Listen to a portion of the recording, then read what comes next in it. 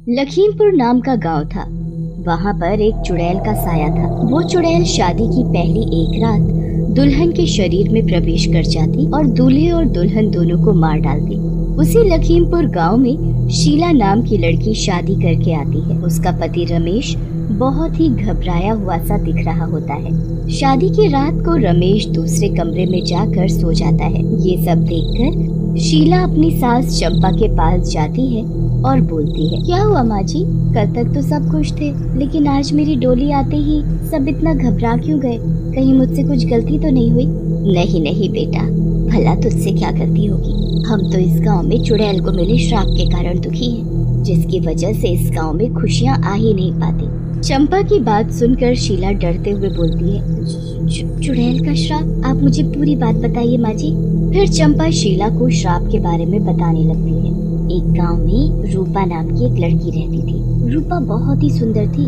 जो कोई उसे देखता बस देखता ही रह जाता। एक दिन रूपा अपनी सहेली प्रेमा के साथ कॉलेज जा रही होती है। तभी राजा नाम का एक लड़का जो कि रूपा से प्यार करता था, वो आ जाता है और रूपा से बोलता है, अरे रूपा, जरा रुकोगी? मुझे तुमसे कुछ बात करनी है। मुझे पता है तुम्हें क्या बात करनी है। देखो, मैं तुम्हारे जैसे लड़के से बात भी नहीं करना चाहती। चले जाओ। अपनी शक्ल देखी है कभी? बिल्कुल बीड़ी के कारखाने के मजदूर लगते हो। ऐसा कहकर रूपा जोर जोर से हंसने लगती है। राजा को अपनी ये बेइज्जती बिल्कुल बर्दाश्त नहीं होती और वो गुस्से में वहाँ से चला जाता है और मन में रूपा से बदला लेने की ठान लेता है। एक दिन रूपा कॉलेज जा रही होती है। तभी वहाँ राजा आता है और रूपा से बोलता है, अरे रूपा, हमसे प्यार नहीं कर सकती, लेकिन हमारे साथ कॉलेज तो चल ही सकती हो ना? आखिर मैं भी तो इंसान ही हूँ। अरे तुम भी कैसी बातें कर रहे हो राजा? क्यों नहीं, चलो साथ में ही कॉलेज चलते हैं। फिर राजा और रूपा साथ में कॉलेज की तरफ चलने लगते हैं। राजा रूपा से बोलता है, तुम्हें पता है रूपा, अपने गांव के पास वाले जंगल में एक साधु रुके हैं।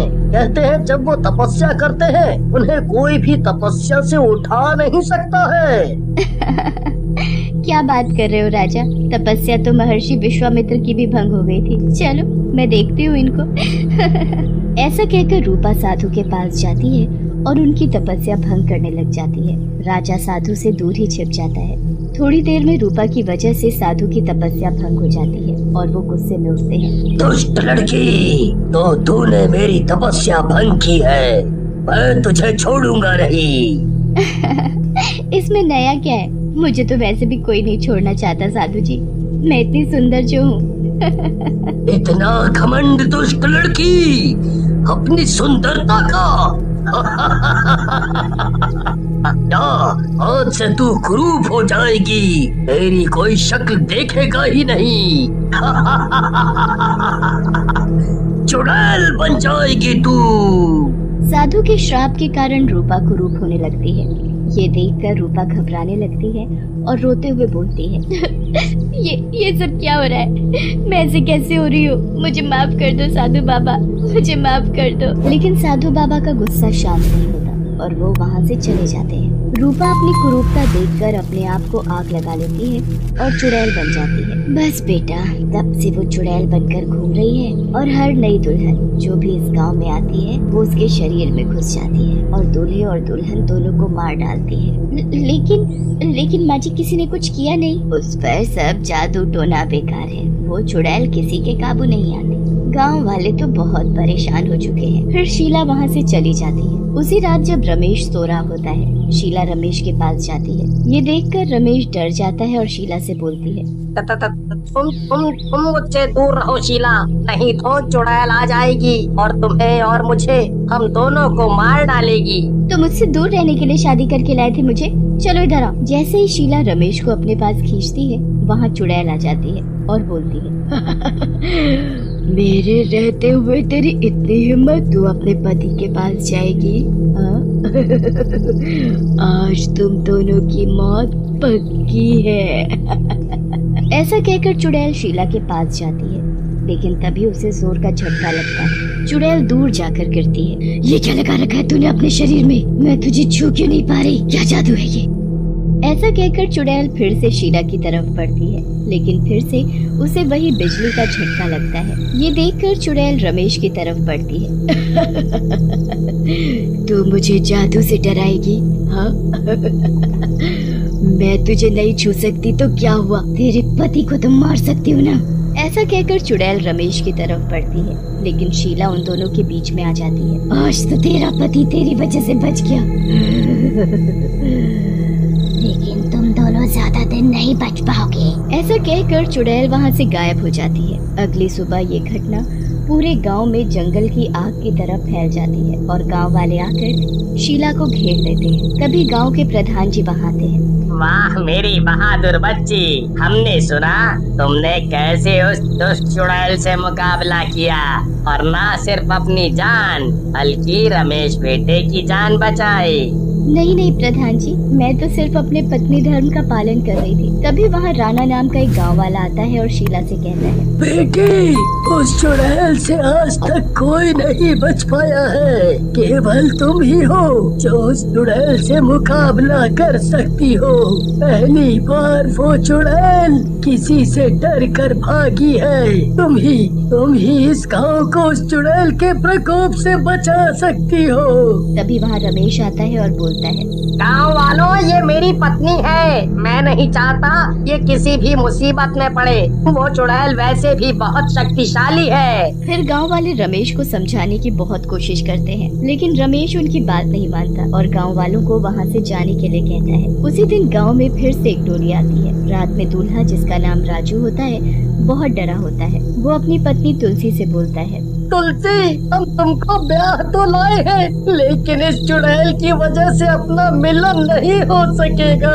आप काहे डरते हैं जी, अपना मिलन होगा और जरूर होगा। जैसे ही राजू तुलसी की तरफ बढ़ता है, तभी वहाँ चुड़ैल आ जाती है। अपने मिलन से पहले मुझसे तो मिल लो। ऐसा कहकर चुड़ैल राजू को पकड़ लेती है, लेकिन तभी वहाँ शीला आ जाती है और चुड़ैल को धक्का देती है। चुड़ैल दूर जाकर गिरती है। तो फिर आ गई लड़की, मैं तुझे जिंदा नहीं छोड़ूंगी। ऐसा कहकर चुड़ैल वहाँ से चली जाती है। तभी रमेश वहाँ आ जाता है और गुस्से से शीला को बोलता है, शीला, ये सब क्या कर रही हो? क्या तुम्हें अपनी जान की चिंता नहीं? क्यों ऐसा कर रही हो? वो चुड़ैल तुम्हारी जान लेने की धमकी देकर गई है। रमेश की बात सुनकर शीला हंसने लगती है और रमेश को बोलती है, मेरे प्यारे पतिदेव, किसी भी चुड़ैल का मुझ पर कोई असर नहीं हो सकता। मेरे दादाजी एक साधु हैं और उनके रहते मेरा कोई कुछ नहीं बिगाड़ सकता, और मैंने उनको बुला लिया है। अगले दिन साधु वहाँ आ जाते हैं। वो वही साधु होते हैं जिन्होंने उस चुड़ैल को श्राप दिया था। उसी रात चुड़ैल शीला के कमरे में आती है और सोती हुई शीला के ऊपर बैठ जाती है। शीला, तू अब नहीं बचेगी। बहुत परेशान कर रखा है तूने मुझे। चुड़ैल की आवाज सुनकर शीला उठती है और चुड़ैल को जोर से झटका मारती है।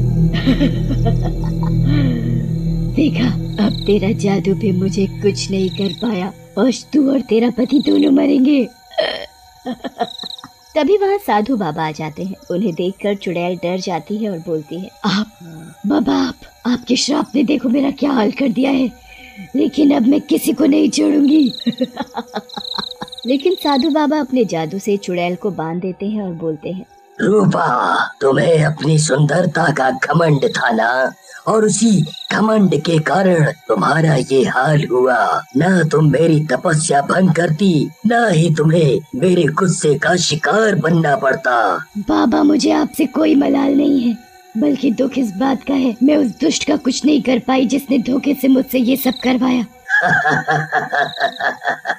तुम कितनी भोली हो रूपा। उस दुष्ट राजा को तो हमने पहले ही अपने गुस्से की ज्वाला में भस्म कर दिया था।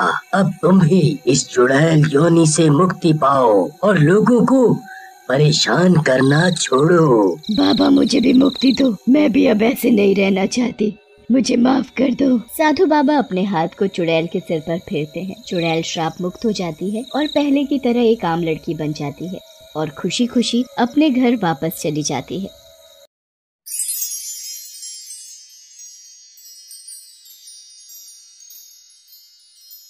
नमस्ते दर्शकों, मेरे वीडियो को लाइक कीजिए, चैनल को सब्सक्राइब कीजिए और बेल आइकन को प्रेस कर दीजिए और बने रहिए हमारे साथ रोमांचक वर्ल्ड में।